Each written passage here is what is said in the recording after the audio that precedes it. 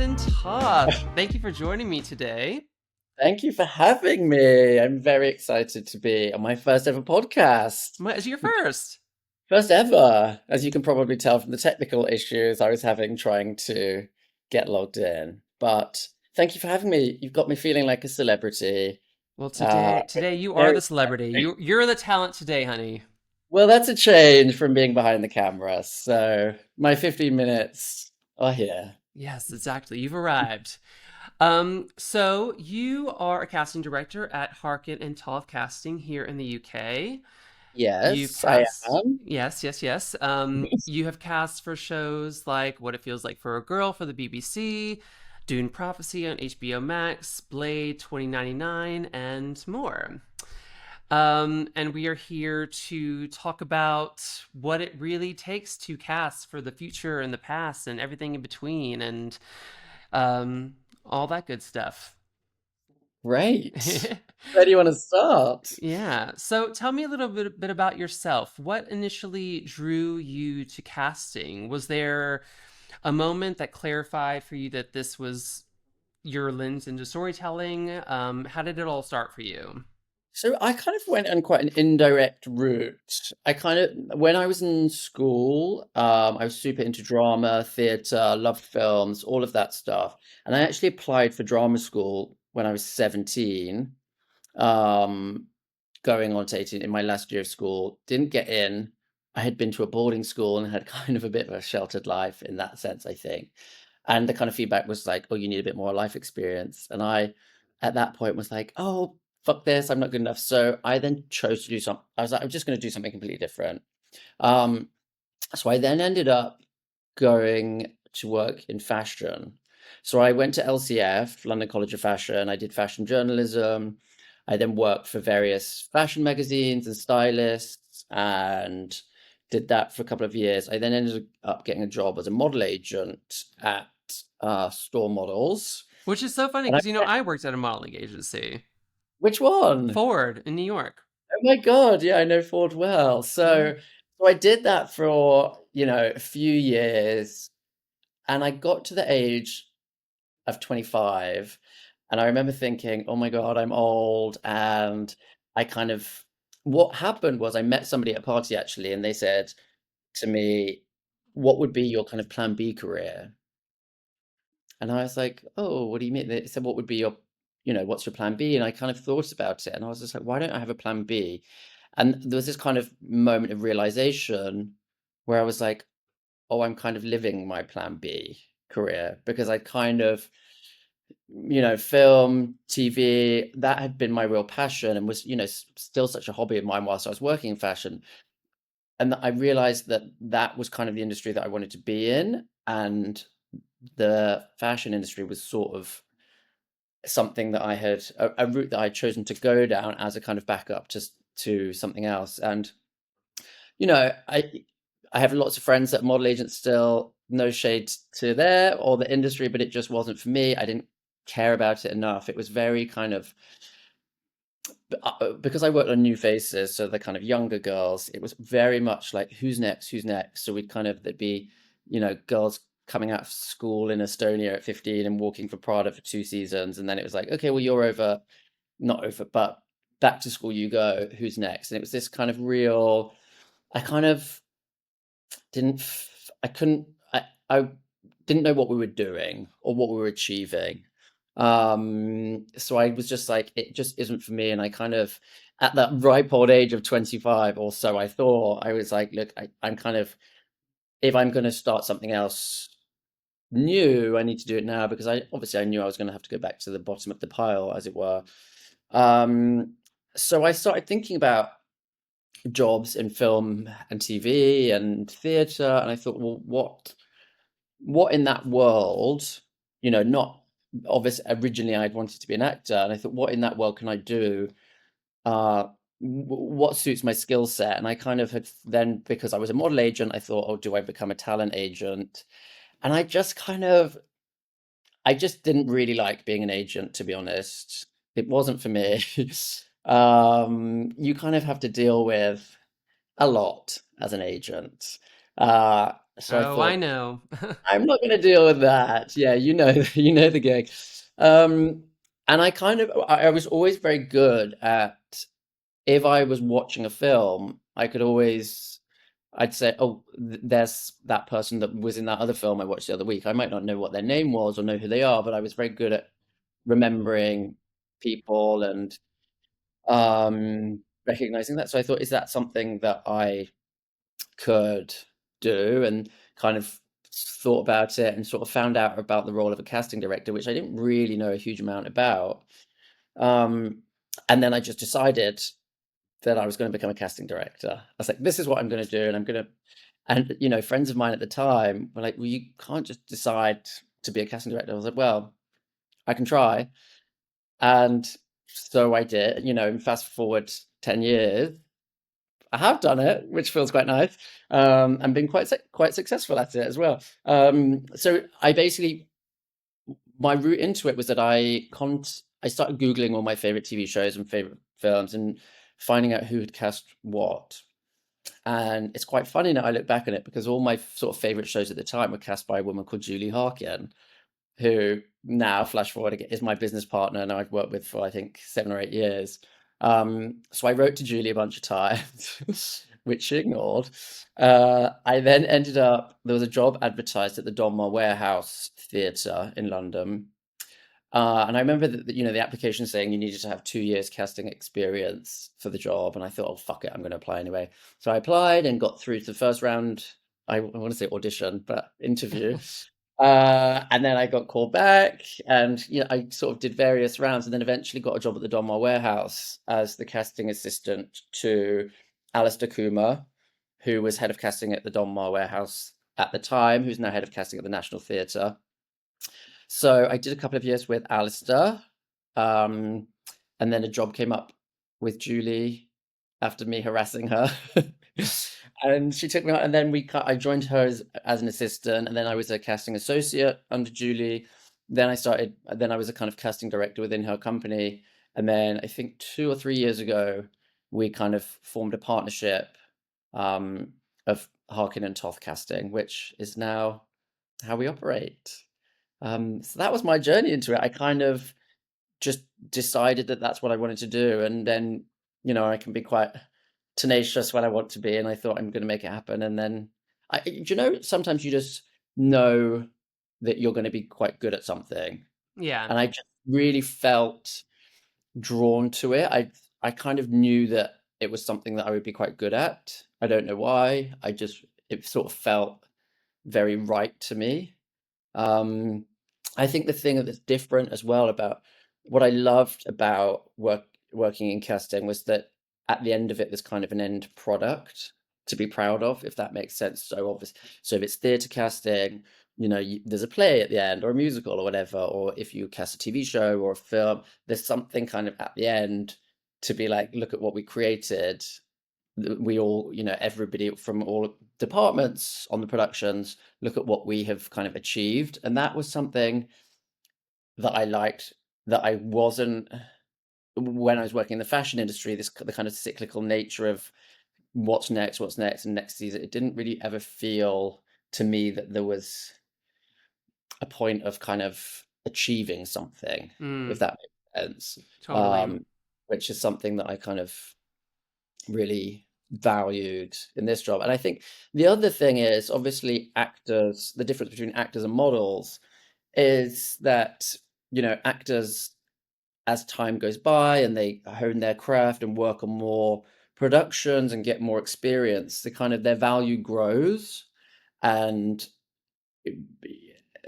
which makes sense to me. Whereas it almost feels like it's the opposite way in the modeling industry, that kind of Totally. youth is this thing that's really valued, and that as you get older, it's almost like the value decreases, and there isn't really longevity within careers.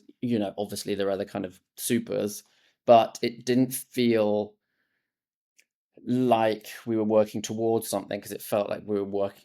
I don't know. It just, No, I it, totally get what you're saying. I mean, fashion is just such a cyclical thing. It's the same shows, the same houses every year. There's no yeah. yeah.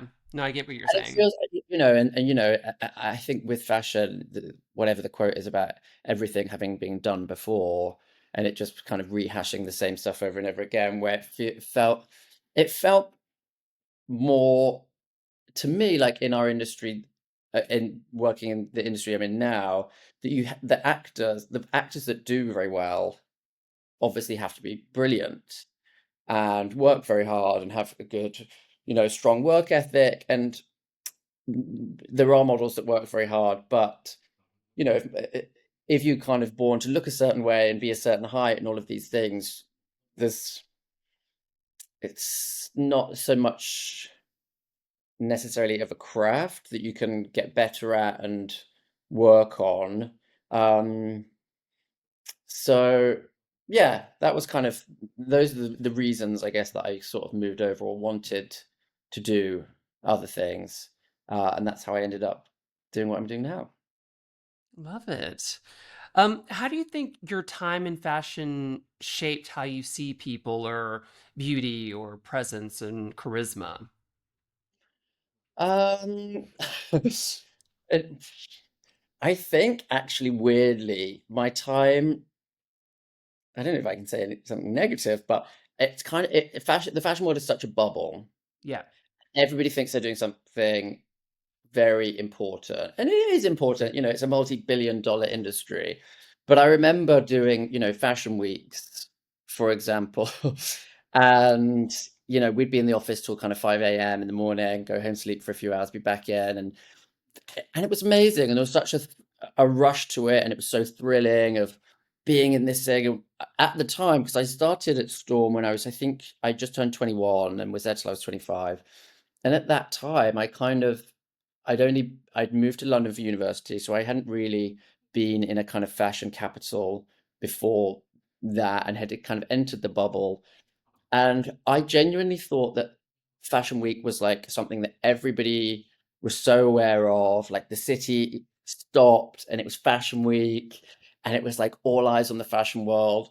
And it was funny, or kind of a bit of a realization to me, that because when I left, and moved into another industry, and there had been fashion, and I was aware that it was happening because I have a lot of friends that are agents, and was following a lot of models on Instagram or whatever, so I knew that it was happening. But I was like, oh, outside of that industry, it's not as big a thing. It's not like the city stops and it's models running through the streets. I was like, it's kind of quite a contained thing that you don't really. Now I kind of follow less models on Instagram, so I kind of don't really, I'm not really aware when Fashion Week is, Yeah. um, because it becomes kind of all encompassing. And I think that in terms of, I don't know if this question is related to casting necessarily, but it kind of does warp your.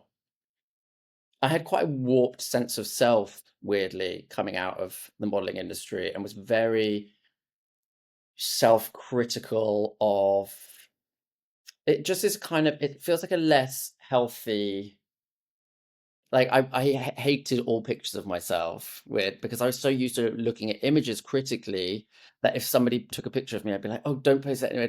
And I was just like, why? That's what I look like. That's fine for me to look like that. I'm not a model. Nobody's expecting me to look a certain way. But it weirdly, because I was quite young when I had gone into it, it really it kind of seeped into who I was, and the way I valued myself and the way I looked at myself.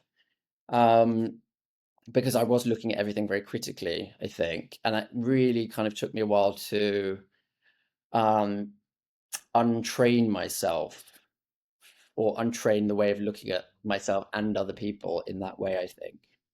I think one of my favorite things about the industry in which I now work is um, that you can be successful in and look a kind of whole diverse different ways. Does that make sense? Yeah, totally. Yeah. And not just there's now a kind of active push for it, and I know Julie and I, when we're putting casts together, we try to make our casts, our on-screen cast, as kind of reflective of society as possible. So cast people of all different body types and all different looks and different ethnicities, and people with disabilities, and queer people and all of these things that we now, and it feels like maybe the fashion industry is kind of catching up, that there's now more of a celebration of body diversity, but it still feels very, I think in that industry, it feels kind of more tokenistic to me, whereas um, representation on screen in television and film, I think, really matters. And I think that we as casting directors really have a big part to play in that. And that's something that's very exciting to me, to be able to diversify what people are consuming through TV shows and film. And it's nice to kind of have some part to play in that. Um, you know, kind of in recent history, it hasn't been that long since, and we're much better at it now, but on screen diversity of ethnicities, show, if you like, if you look back at, if you think of like Friends, for example, and pretty Oh much yeah. everybody's white. It wasn't that long ago, and and there's still some things. I think it's now, the thing that's great, I think, is if you watch something.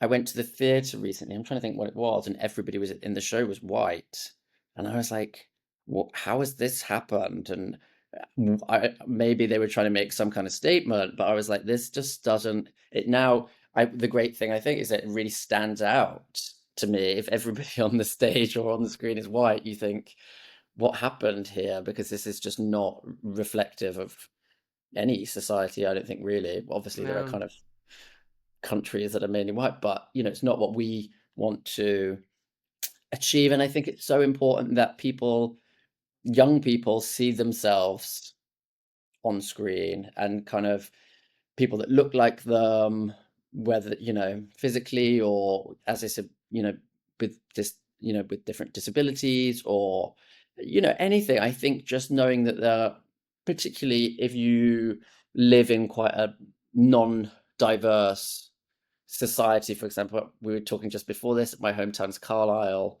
in the northwest of the UK, which is kind of a very white city.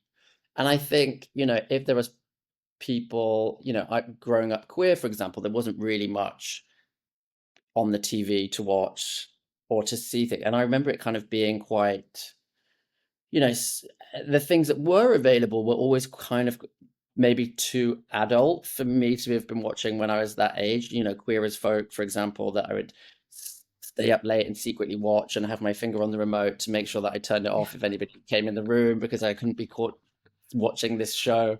Um, and it feels like shows like Heartstopper, for example, which is just so lovely and show kind of queer love in a sort of non-sexualized way, that I think, for young people to see and to see themselves, if there's somebody kind of struggling with their sexuality at, I don't know, 12, 13, 14 years old, seeing something like that and knowing that there are other people in the world like you, and see it kind of celebrated, I think is so important. And I think, that's what I love about TV and film. It's so far reaching.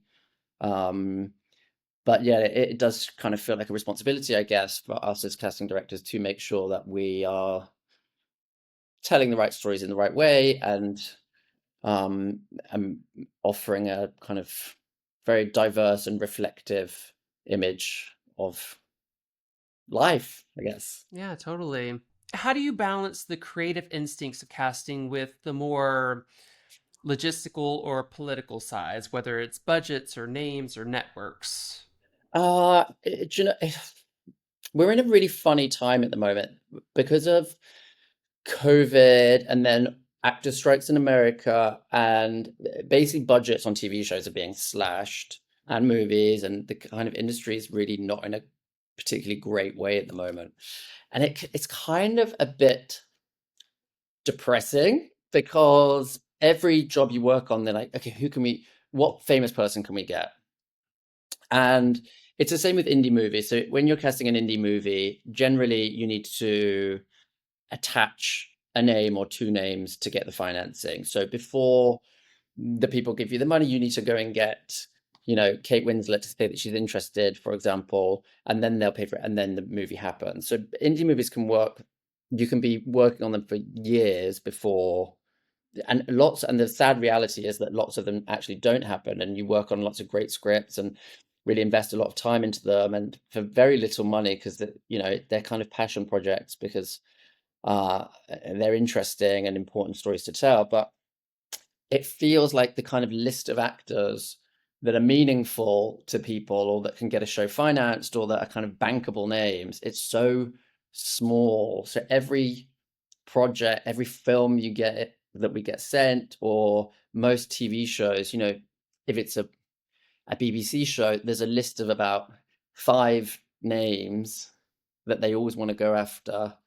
I'm using the BBC as an example, but it's the same for most networks that they think that if audiences see a certain name, then it guarantees to bring in a certain audience and people will watch it. The Sarah Lancashires of the world, for example, who's amazing and I adore. But it is quite difficult, and it kind of it does take away some of the creativity of the job because if somebody said, well, we're just going to make this show and just cast the best people and the people that are most right for it, then we as casting directors could do something probably a lot more interesting or more groundbreaking. Or I, I know we'll get onto what it feels like for a girl, but that was something that was so exciting for me, that the show was led by a group of queer and trans young people, and that was so exciting and so brilliant because it wasn't like, okay, you need to get XYZ names. You can, it was like, find the best people for these roles. So we did, I think. Yeah. And that's what makes the job really fun, is when you kind of have a bit more free reign to kind of really creatively do what you want to do. It feels like the commercial aspect of having a hit show. It feels, particularly at the moment, that there's real uh, restraint on what you could do, or there's limits on who's going to get things made. And it isn't true, because if you look at some of the biggest shows, I always use Stranger Things as an example. Like, Winona Ryder was a name, but you know, she's not. It wasn't like she was kind of working as much as Nicole Kidman, let's say, and all of those. That was a young cast there, and it was. Is it Netflix's biggest show or one of their biggest shows? Yeah, yeah. Definitely. And you just think, and Pose, for example, Pose was such a big hit with a load of people that nobody really Yeah, no, knew. we were all pretty much new. Yeah. Yeah, and you don't need to. There can be certain. If a show works and is made well and the cast is great, I think that plays a huge part in it. But I I I don't think I don't agree that you need a famous person in the lead role to get people to watch. So it helps. Obviously, the industry is kind of saturated with so many different shows. There's now so many streamers. It costs a fortune every month because there's so many subscriptions going out the door to all of these different things. And obviously, as casting directors, we have to watch everything, and know who's in stuff. And because we're on calls all day and people say, oh, have you seen that? Who's the person in that? And that's our job, to be across everything. Um, and there is a lot, and sometimes I kind of will log into a streamer and there's so much on there that I think, oh my God, where do you even start with this? And I kind of am in a lucky position, I suppose, that I kind of know what the buzzy shows are, or are going to be, if that makes sense. So I kind of know sort of what to target, but there is a lot of stuff being made. But I wish that there wasn't quite so much of a drive to have the same names attached to projects, because I find it kind of a bit boring, to be honest. Well, thank you for all of your work. It's very important. Pleasure. So I want to talk more about specific shows you've worked on. Yeah. For instance, What It Feels Like for a Girl, which is I binge watched in one weekend. It was amazing. Definitely one of my favorite queer shows, or just shows in general, of the past 10 years for sure. Up there with, dare I say, Pose for sure. Yeah. And like a Veneno and all of these amazing amazing shows that I felt just had a more nuanced take on the queer experience.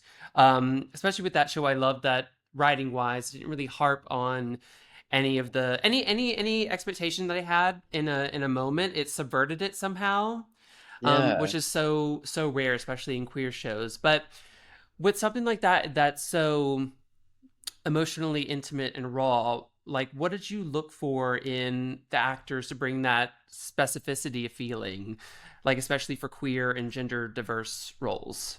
I think that it's funny. I actually wasn't the original casting director on the show, or wasn't the original casting director that was hired to do the show. Um, and the producer of it, I had worked with on another BBC show that was called The Sixth Commandment with Timothy Spall. Um, and we had gone to that I can't remember what month that show had come out, but in the November, we kind of myself and the producers and the cast went out for lunch to celebrate the success of the Sixth Commandment. And as we were talking, I was chatting to the producer about what she was doing. She said, "Oh, I'm working on this show, What It Feels Like for a Girl." And I was like, "Shut the fuck up. I love that book." And she was like, "What?" And I was just like, "Why am I not casting that?" She was like, "Oh, I'm really sorry somebody else is doing it." I was like, "Motherfucker."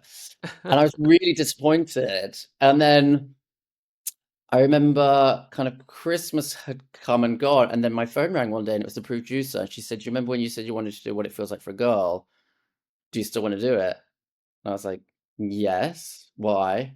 And for one reason or another, they were parting ways with the casting director, and they were like, "We've got the read through in about 5 or 6 weeks. Can you cast this show in that Oh my time?" god.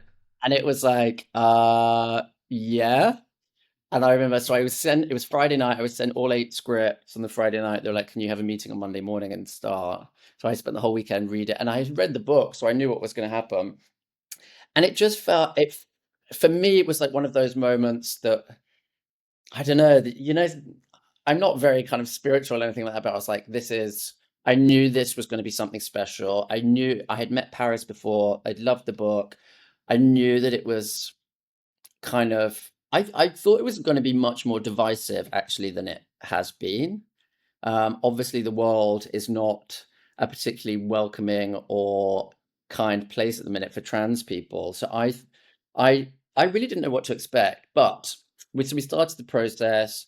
It was kind of, I think, because we had worked on various kind of queer projects before, as a queer person myself, and knowing kind of lots of people and knowing the community, I kind of, off the top of my head, and because, before we had done this, which is kind of specifically a sort of trans story, well, it's not specifically only a trans story, but led by, um, it's the kind of a coming of age story of a young to be trans person.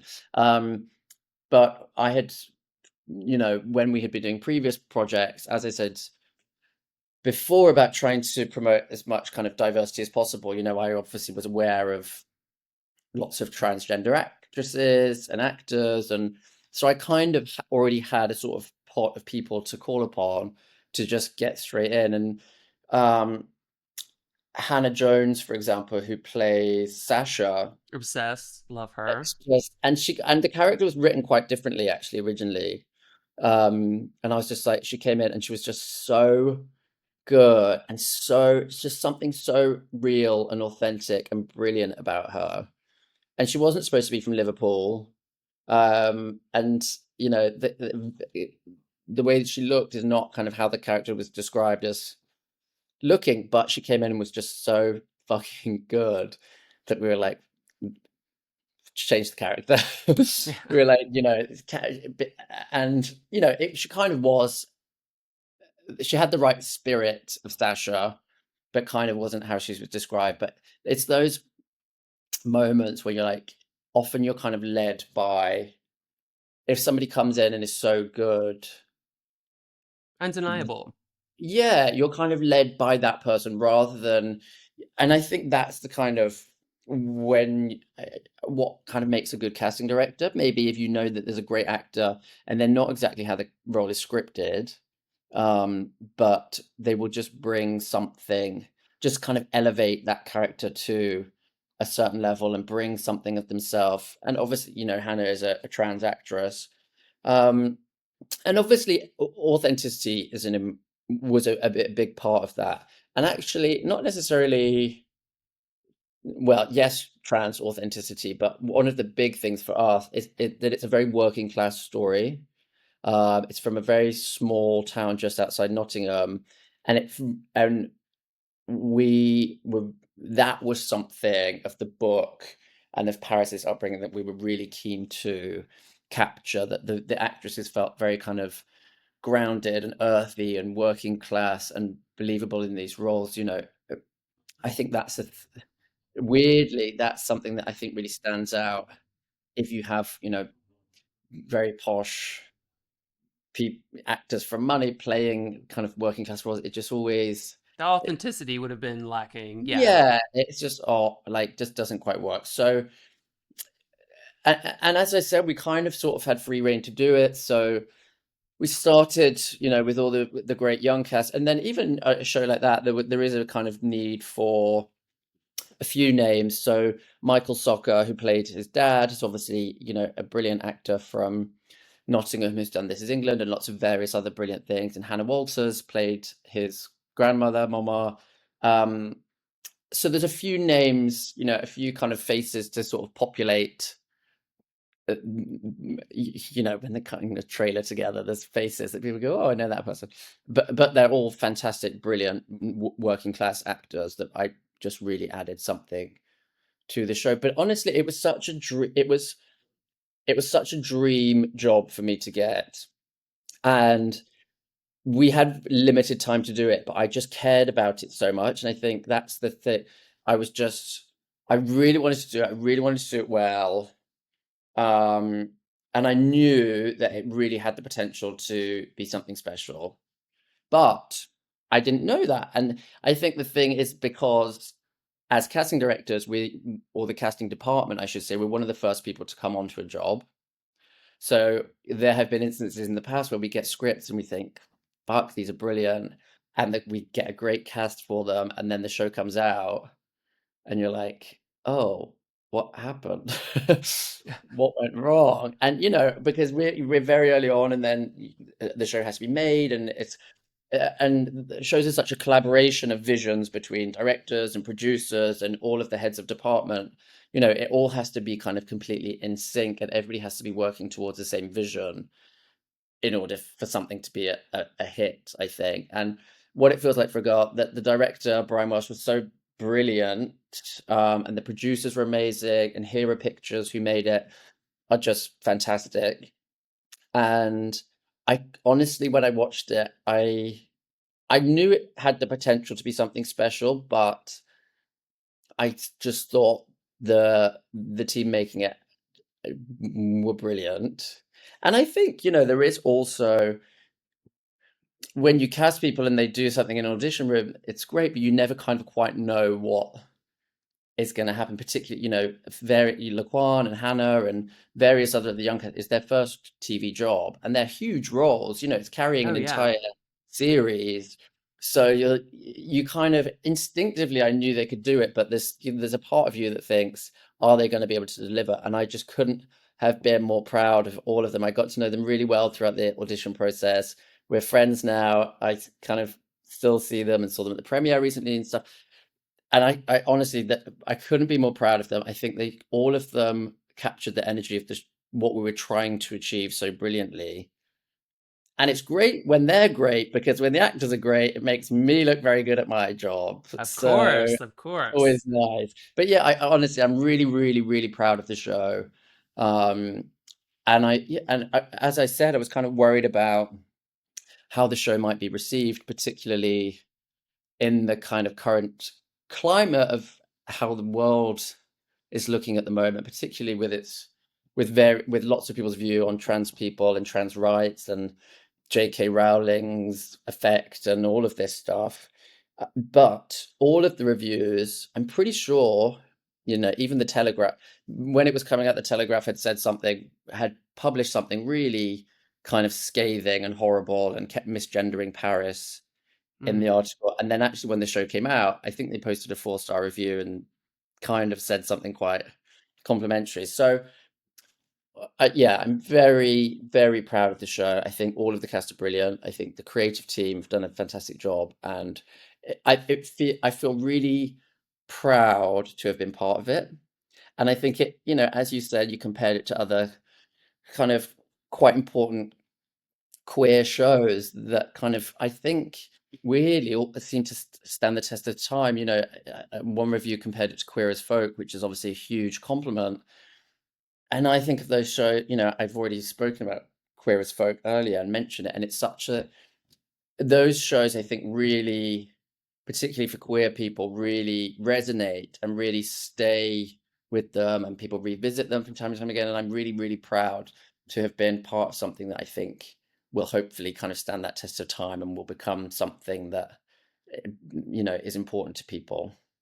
Oh no, for sure. Immediately when I saw it, I was like, immediate queer canon, like Queer as Folk, It's a Sin, Veneno, Pose, all of those. Like it's Yeah, definitely it's definitely up there. I knew it was special the minute I watched it. It was, yeah, yeah. spectacular.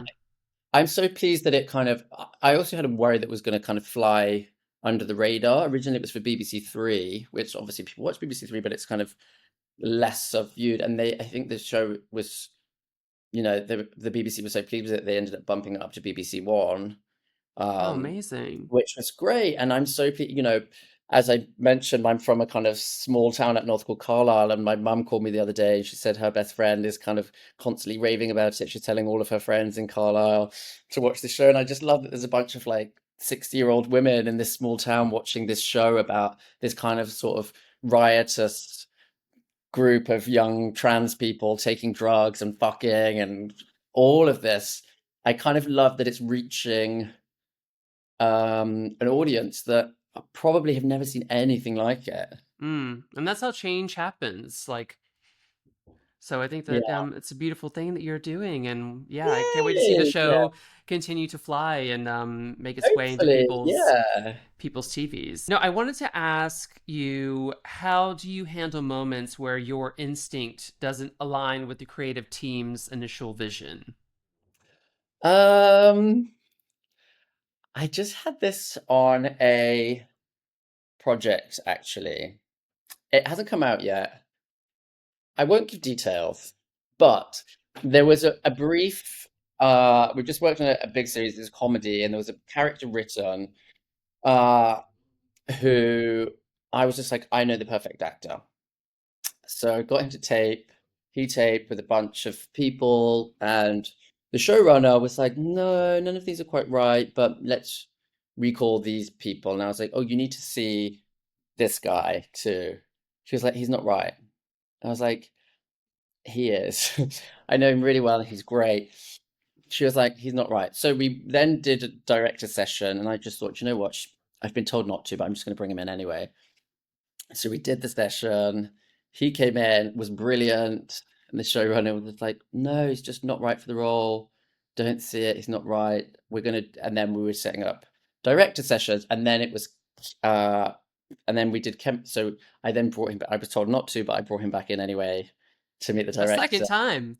Oh my And god. then there was chemistry reads with the lead actress. And again, I was told not to bring him in. And I was just like, I just knew that he was perfect for it. And I was just like, I just couldn't understand what they weren't seeing. So, and then for chemistries, I thought, I'm just going to fucking bring him in again. So I brought him in again to meet the lead actress. And the actress was like, wow, he's incredible, isn't he? And the showrunner was like, oh, okay. We then shared the tapes of the chemistry reads with all of the producing, and it was for a big network thing, and there's lots of voices, and they were all like, wow, this guy's amazing. Who was the guy that I had brought in kind of after being told not to, and who got the job, and he shot it, and Oh. then very, and I'm not mentioning names, but the showrunner called me the day they were doing camera tests, who had been very hesitant, and we'd kind of not seen quite eye to eye on it. And I did feel a bit bad because I'd slightly gone against her will. But she called me on the day they were doing camera tests before they started shooting, and she said, Nathan, I owe you an apology. He's fucking brilliant. He's so perfect for this. And I'm so pleased you didn't listen to me and did and kept bringing him back in. So I think that what makes a good casting director is you have to really trust and obviously I'm not going to do that on every job. I'm not just going to keep bringing people in that are not right or I'm told not to, but I just really felt in my entire body that this was the person for the role, and I knew it, and I knew that he was going to be great. And I think there's a kind of it's finding a balance of because there's lots of people with lots of different opinions, obviously. But and it's something I learned from Julie Harkin. She really, really, really fights for who she thinks is right for something. And if, there's a thing of like casting by committee when everyone's like, oh, I like this, and it doesn't work. It has to be the right person. And Julie's kind of always, I think you have to, one of the key things of being a great casting director is you have to have great instincts and be able to read people and obviously be able to spot talent, um, and then really fight for that talent and be able to kind of stand up to people, I guess. Often there's quite a lot of big scary studio execs. You have to really be able to fight your corner as to why somebody is right for something. I think also to be able to articulate why somebody is right for something is quite a difficult thing to do and takes a lot of practice. And I really struggled with kind of imposter syndrome when I first started in this industry because, I hadn't gone to drama school. I kind of felt like, who am I to be sort of judging these performers or saying who's good or bad or these things. And I was just like, I haven't been trained in this. It's all just kind of very instinctual, is that a word? Yeah, Instinct. instinctual. um and you really have to rely on your gut and what it's about. A good acting performance really makes you feel something or makes you believe something. And I kind of had this moment of realization where I was just like, it doesn't matter if I haven't been to drama school or if I don't know what kind of acting techniques this person is using to make me believe this thing or this story or this character that they're telling me. If I'm believing it and I really believe that this person is inhabiting this character, then that's a good performance. And I know that that's a good performance because I believe it. It doesn't matter what they're doing. I don't need to be able to tell what they're doing. If I believe it, then it's a good performance. Mm. Um, but it took me a long time to get over that imposter syndrome, and only, you know, well, it's been a while, but it was several years before I was a bit like, actually, do you know what? I am good at this, and I'm on the right path, and I'm doing something that I should be doing. Um, and then it's lovely when something like What It Feels Like for a Girl comes out, and I've had so many lovely messages from other people, and lots of other casting directors reach out and say how well thought the show was cast, which is always lovely because to be recognized by your kind of industry peers doing a similar thing is it just not that I'm craving validation, but it's No, but it nice feels to be nice, you know. recognized for yeah for doing something that yeah doing a good job, I guess. Amazing. Um, how do you think has the rise of digital auditioning obviously like are you guys back in the room yet? Like or you have been, right? Yeah, so we actually have our own casting studio at our office. We're back in the room. Do you know there's pros and cons to all of it? Before COVID, Julie and I had a rule that you weren't allowed to self-tape. We didn't let people self-tape. They had to come into the room. The only kind of exemptions were if they were shooting something else that day or if they were out of the country. But we had to meet. We met everybody. I remember when we were doing I May Destroy You, we did like months of like pre-meets, and every single person came in, and we put them on tape, and you do the scenes. And it's, what is great about that is that you get to know the actors, they get to know you, you form relationships. Also, the thing is, being in the room, for example, if you're doing things like Blade Runner 2099 or Dune Prophecy, because they've part of a franchise, there's so much kind of secrecy around them and everything's NDA'd, and the actors don't get scripts. So they just get sent, two sides. Often the sides have been changed and have code names and all of this stuff. And it's if you're sending an actor two sheets of paper with basically something that they don't understand or makes no sense. It's like how can you The expect to most get annoying thing. The most annoying thing.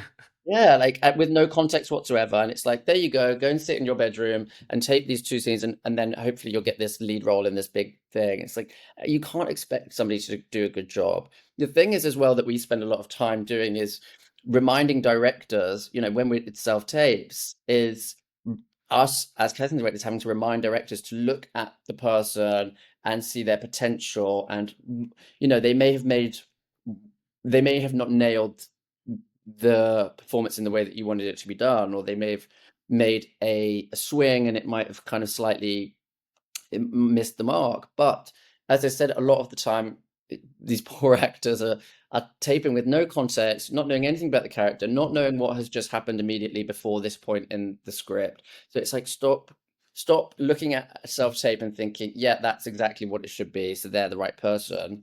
Look at what they're bringing, look what they've done with the material. It may not be how you envision it, but look at their acting ability and their skill, and is there potential in this person? Because when you're in a room with a director, if an actor kind of does something and makes a swing, and they've made a slightly misinformed judgment on the scene, we or the director would just say, oh, can I just give you a bit of context that might inform your performance? By the way, she's just found out that her sister's been shagging her husband, or whatever. So that makes sense. But and then the actor will go, oh, actually, that makes total sense, and then do the performance how the director, how it should be, let's say, and how the director had previously imagined it. And it's like, so that's a negative about self-taping. But the other thing is, the flip side of it, I suppose, is that we can see a lot more people. There's time, if when if you're seeing everybody in the room, if you're giving everybody 10 minutes, you can only see X amount of actors a day. I can't do maths, so I can't figure out how many 10 minutes there are in a working day. But you're limited because of your time. So if you're doing a big search for something, particularly if it's, if you're doing like something that's led by teenagers, for example, which we've just done on something else, you want to see as many teenagers as possible. So you want to go far and wide, It and self, democratizes the process a little yeah. bit more. And I think that, some people love self-taping, some actors love it, some actors hate it. I think, for example, actors that live um in Scotland, for example, you know, everything's kind of very London centric in this industry, in this country, rather. Well, both. But if somebody lives in Edinburgh and it's has a nice life in Edinburgh, they don't have to, every time they get an audition, keep getting the train down to London every day or every other day. It makes things, that's from a financial point of view, that's very expensive to have to keep traveling back and forth. So it allows people that don't live in London an opportunity, I think, to kind of be in the mix as much as people that live in London. So I think there are pros and cons to it. We, particularly with lead roles, we're very much getting people back in the room. We have to. I think, the thing is, you don't get to know an actor, and this is what we've been saying to our younger staff members, our assistants and associates. You don't get to know an actor by watching their self tapes. You have to be in the room, you have to be able to read what they're doing. And for example, you don't know how many takes an actor has done at a self tape. You don't know whether they've just done that, given that performance first time. You don't know if it's taken them 100 takes to do that. You don't know if you can if they can kind of remember what they're saying. You don't know how nervous they're going to be. You don't know what their personality is like. Are they funny? Are they easy to get on with? All of these things that we have to know as casting directors, and we talk about on Zooms, for example. Now it used to be meetings, now it's Zooms with directors and producers, and they'll say, "Oh, Nathan, what's such and such like?" And you can't know that unless you've met that person, or even if you're spending 10 minutes with that person, you can get you can gauge quite a lot about them from those 10 minutes in the room. You can gauge a lot more than you can from a self tape. Even knowing how tall somebody is, for example, you can't tell from a self tape of this. I mean, obviously it's kind of listed online, but or somebody's presence or how they carry themselves, or there's just so much more you can gather from a person by meeting them in person. It's also quite nice for the actors to know you as well. So I Oh always yeah. forget, I always forget who I've met in person or who I've just watched a bunch of self tapes throughout the COVID years. And I'll go to people, I see an actor at the theatre and go and be like, "Oh hi," and they have no idea who I am. And I remember it's been a very one-sided relationship where I've just been watching Right. tapes and they have no fucking clue who I am, and then it's a bit of an embarrassing situation. But and being in a room is so for like the chemistry when we did chemistry reads for what it feels like for a girl. That's something I'll never forget, because when something just clicks and there's magic between actors, that those moments of being in the room when that happened, it's just electric, and it really is one of those moments where you're just like, "Fuck, this is why I do this job. This is amazing, and this is something I'll always remember." It was the same. We did a chemistry read. I don't know if you saw the film Femme, with Did, Nathan yes, amazing. George Mackay. They came in to do a chemistry read together, and it was like just, and I don't always think about it. That sounds weird, but if I think back about chemistry reads, it stands out in my mind as being a feeling like something special is happening and being created, and being in the room at that moment is just, it feels electric and kind of, I think the reason why we do it. And I think if the casting director doesn't get excited by moments like that, then they're probably in the wrong job. Very true. I agree. How do you think AI, self-tapes, and digital avatars are going to reshape casting over the next 5, 10 years? I think AI is obviously a major concern for a lot of actors for the right reasons. I mean, it's kind of I AI is kind of something that I was have until very recently been like, AI, that's a thing of the future. Like, what is that? And now I'm like, oh, AI Oh, is it's fully, everywhere. it's here. And like, I mean, maybe I'm just stupid millennial, but sometimes I watch videos online. I'm like, oh my God, I can't. And then I'm like, oh, that's not real. It's AI, but they look so real. I'm like, if I'm falling, at 35, I'm like, if I'm kind of being duped, kind of, or borderline, I'm like, if you kind of an older person, for example, that might not be so familiar with AI, could totally believe what they're seeing. And I think if it's kind of in quite a rudimentary stage now, I kind of dread to think what the future holds, to be honest. I think that uh, obviously AI is a big point of contention for actors and their agents, and really fighting back to stop it being used, I guess, without consent. I think there probably are pros to it.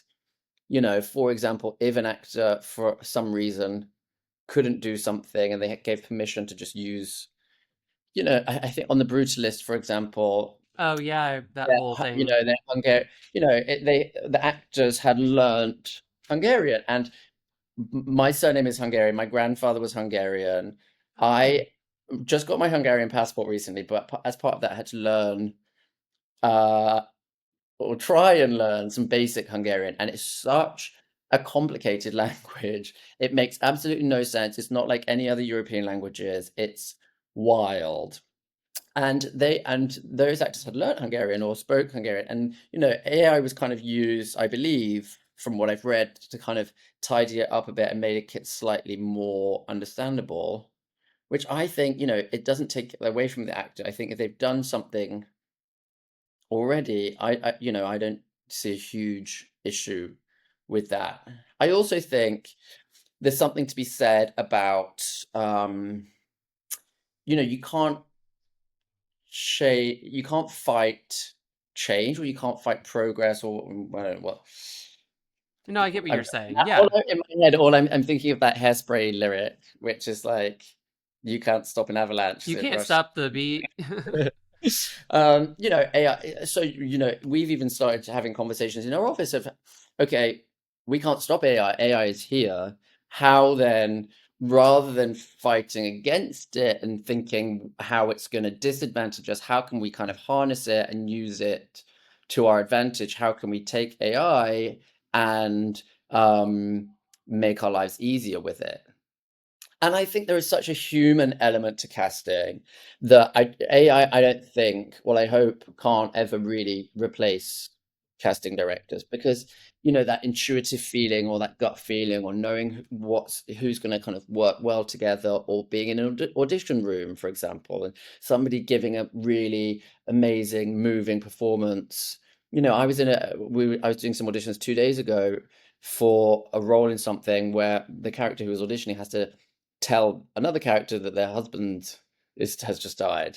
And this actor there was an actress who came in that was so fucking brilliant that I I could feel it in my chest for the rest of the day. And I'm like, that kind of human experience and that feeling that that actress made me feel, that can't be replicated by AI. There's such a human part of what we do that can't be replaced. But there probably are, I'm sure are uses for AI that we will, you know, doing lists of actors, for example, which is a big part of our job, is going thinking of ideas all day, and we get a brief and we put lists together. And I'm sure, there's some kind of AI function there that can help us put lists together, which we're kind of, I'm not the most tech friendly person in the world, but we're gonna, things like that. I suppose are advantageous to us, but then at the same time, does that, we have various assistants that work with us. Does that, is that taking jobs away from assistants? And is that, it, it, uh, we need to think about it properly, basically. I don't know what the answer is. I think that what I do know is that it's coming and it's happening, and, um, you kind of embrace it and use it in a way that's beneficial to you, or kind of, I guess, get left behind. Yeah, no, exactly. As you said, these things are happening. They're here. They're they're inevitable. So, Mm. get ahead of it, I guess, or harness it. Get Because into it. get into it exactly. Do you have any casting rules you try not to break, or any red flags that you've learned to trust? Do you think? Casting rule number one: always cast the best actor. It sounds like a stupid thing to say, or it sounds like surely that's obvious. You cast the best actor, but no. If there are three people that you're considering for a job, and two of them are really exactly how the character is written and has the right appearance, and the character is written as having red hair, and two of the actors have got red hair, but the other one doesn't, but is the best actor.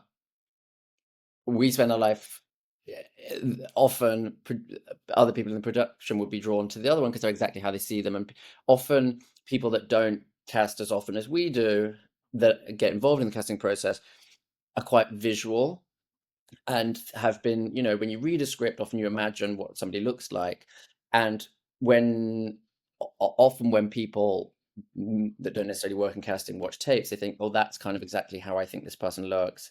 That's the person for the job. And we spend a lot of time steering them away from that and saying, kind of, get rid of the image in your mind of what you thought that person was going to look like.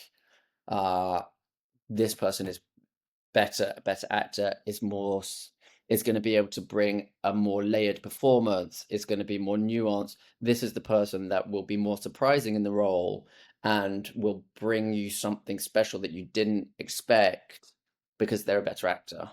Mm. So it sounds like something that is quite an obvious thing to say, obviously, if you're casting cast the best actor, but it doesn't always work out that way. And it's something that we kind of always are sort of banging the drum of, I suppose. But yeah, that, I mean, as a rule, that's pretty much it. Cast the best actor.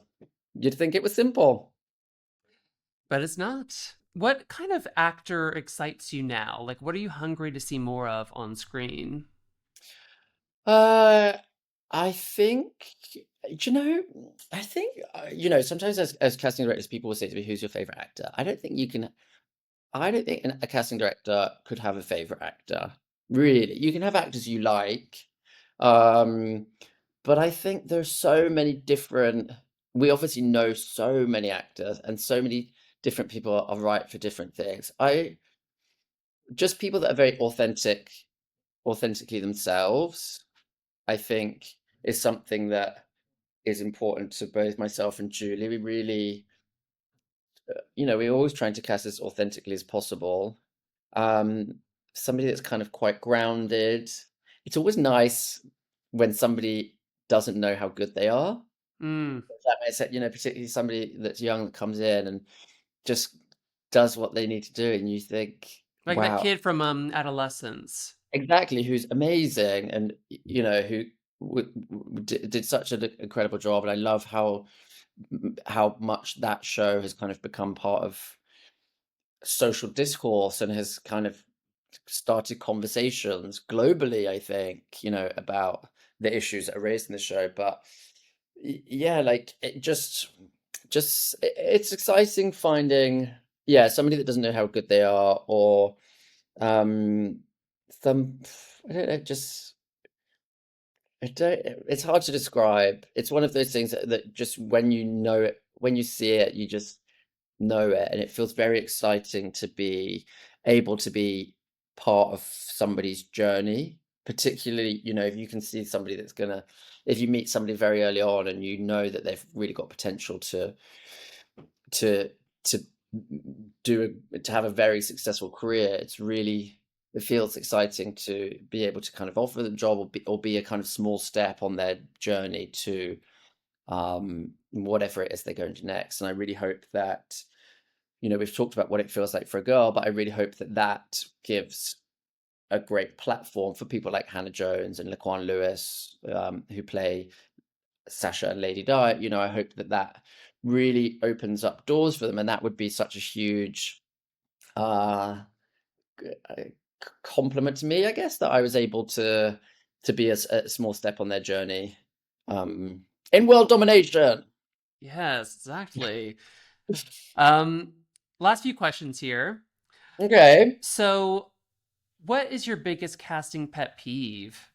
A casting pet peeve of mine, which I think happens less frequently now, is um, actors doing accents of people that really they're not. For example, very upper middle class, rather trained actors with very posh RP accents playing like gritty working class northerners.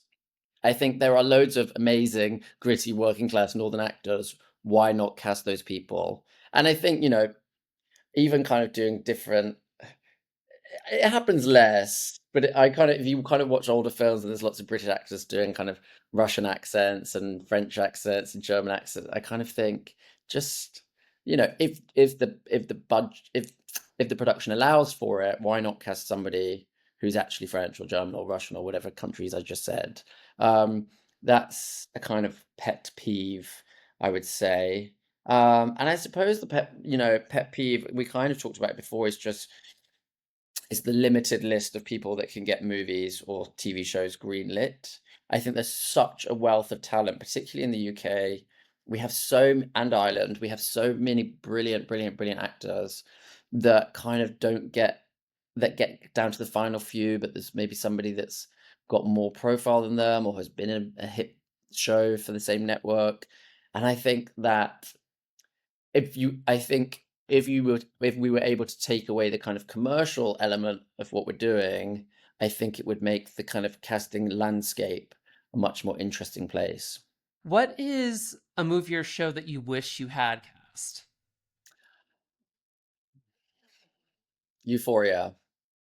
Oh, It is so I've just started rewatching it. It is so good. It's so good. And I forgot how good it was, and I've just started rewatching it. It is so good. yeah, It I makes need a Euphoria rewatch actually. Yeah, I kind of, because I think they've just done the final season, haven't they? But I think they're I doing it remember now, or maybe just finished. Yeah. a couple of nights ago, I rewatched the first episode, and I remember watching it for the first time, being like, "Holy shit, this is fucking incredible!"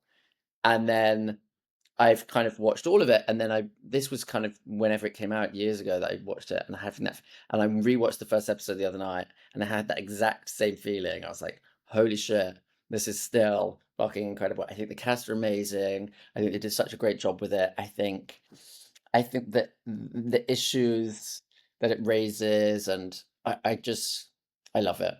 I think it's so slick and stylish, and yes. I wish I had cast it, but I didn't. What is one thing actors should always remember when auditioning? Actors should always remember that we are on their side. You know, we if we're bringing you in a room to meet a director for a project, we're bringing you in because we think you're great and we want to cast you.